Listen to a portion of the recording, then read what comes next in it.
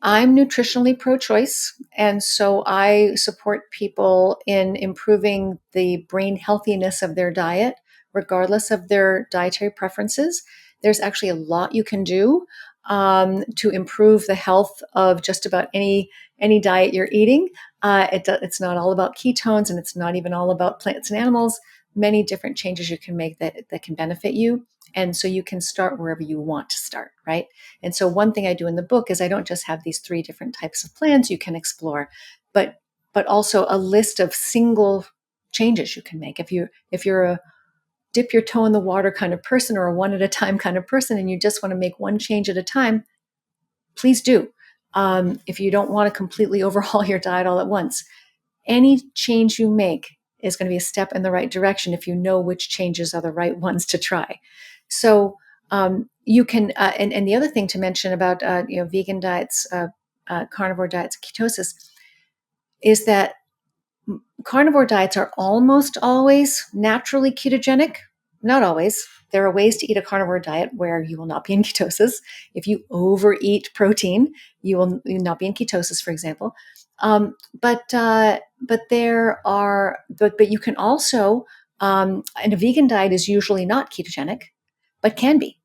So if you know how to construct the diet to get the insulin levels down, you need to basically reduce your carbohydrate intake on a vegan diet down to the level that you're going to start burning fat.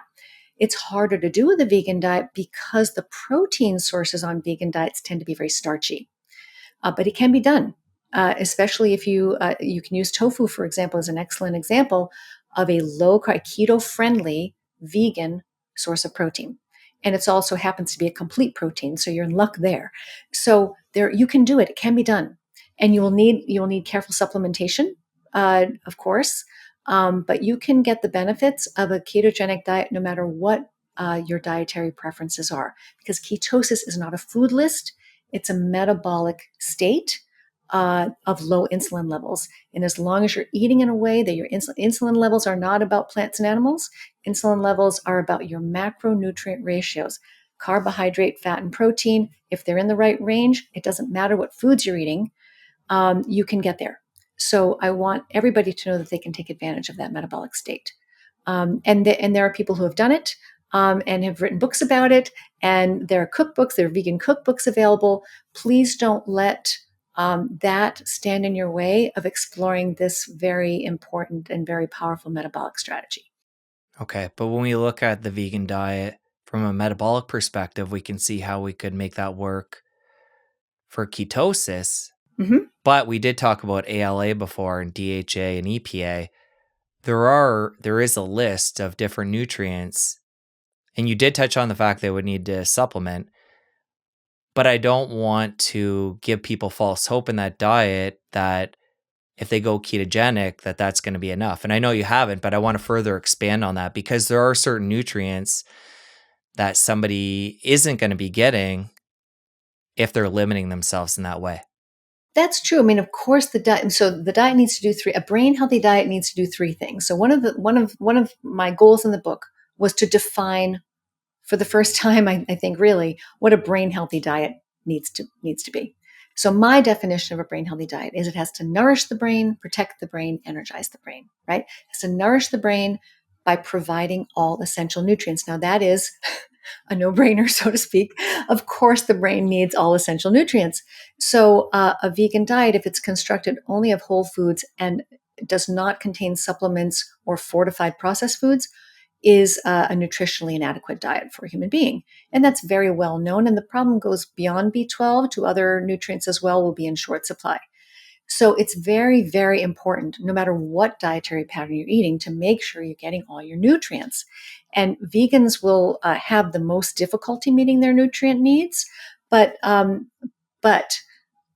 most people are not meeting all their nutrient needs, even when they're eating a mixed diet, partly because we've been encouraged to eat less and less animal food, which is where most of the nutrients are.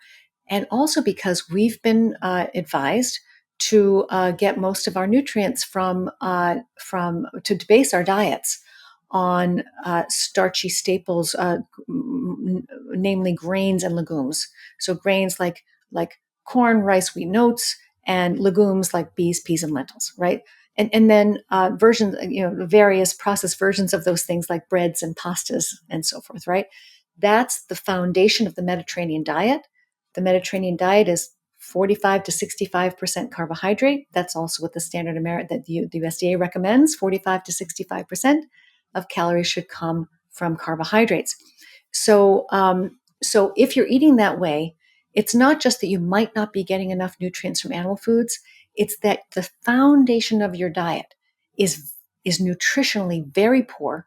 These starchy staples are really nutrient poor, very few nutrients in them, but they're also high in anti-nutrients.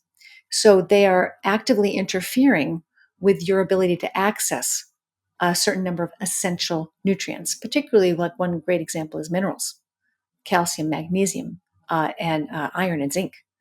These foods actively work against your ability to absorb those nutrients. So many people who eat an omnivorous diet are iron deficient. Many people who eat an omnivorous diet don't have, their zinc levels are inadequate. They may need to supplement magnesium to feel well. There are lots of nutrient deficiencies that you can see even in the standard sort of mixed diet.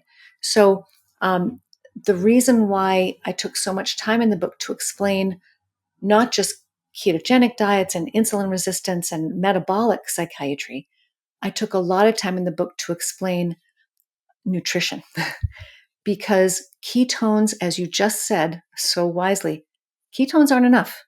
The brain needs more than just ketones. The brain can't function on ketones alone. The brain needs building blocks. The brain needs all of those vitamins and minerals and the right kind of fuel in order to energize itself, maintain itself, and operate at its best. And where do all of those molecules come from? They come from your food. So ketones alone, brain can't live on ketones alone. It needs nutrients as well, and you need to know which foods contain those nutrients, which foods allow you to access those nutrients, and which foods you can absorb those nutrients from and utilize properly. And I think that's a big part of the book is